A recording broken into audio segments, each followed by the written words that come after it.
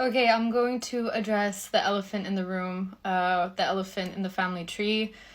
This guy, yes, I am related to him. You can tell by my last name. This is Roman Baron von Ungern-Sternberg. I'm Leonie Baroness von Ungern-Sternberg, so yeah, there's no way to deny it.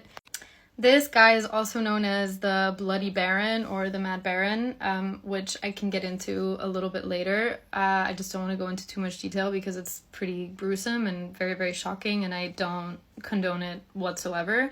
But I do want to just explain a little bit about who he is and what he did and what he's known for throughout history.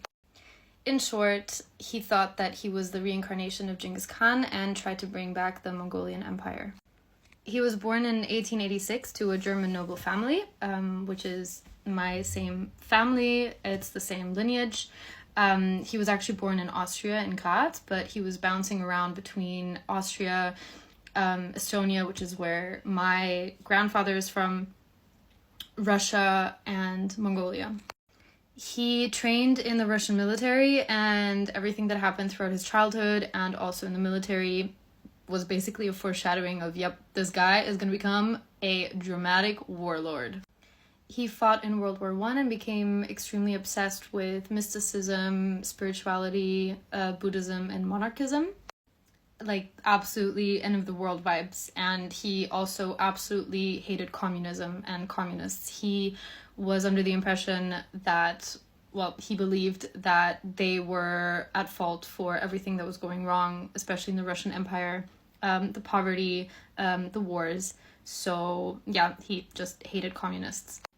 So when the Russian Civil War broke out, he formed his own army and marched into Mongolia to liberate it from the Chinese. Also, something that I forgot to mention is that he actually tried to save Tsar Nicholas, and you all know the story with the children. There's a Disney movie called Anastasia. He actually tried to save them and then had to flee after that obviously didn't work out.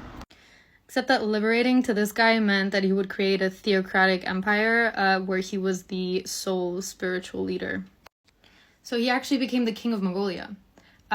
Or the last Khan of Mongolia. Like, he full-on ruled it. He declared war on the Soviet Union, was a very spiritual type of person that would even have, like, witches lay out cards, like tarot cards, and read his horoscope before going into battle.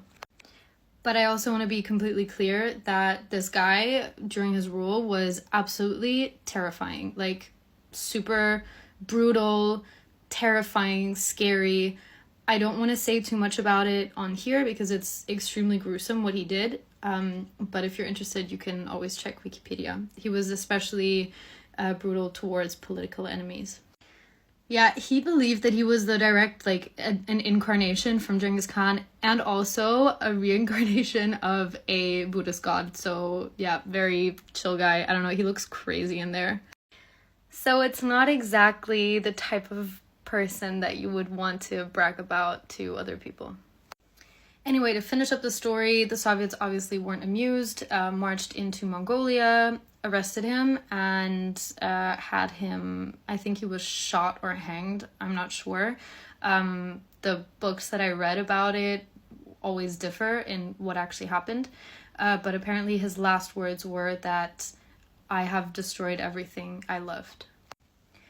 Do I condone what he did? Of course not. I don't. Nobody in my family does. What he did was absolutely gruesome and terrible. But I do think that he's a very interesting character in history and kind of fascinating in like a Netflix series type of way.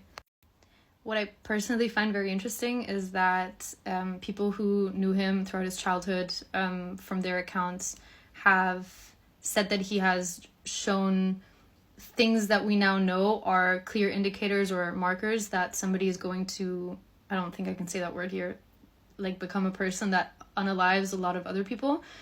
For example, he used to set things on fire, kill little animals. He used to wet his bed up until he was, I think, in his teens, set things on fire. I don't know if I already said that.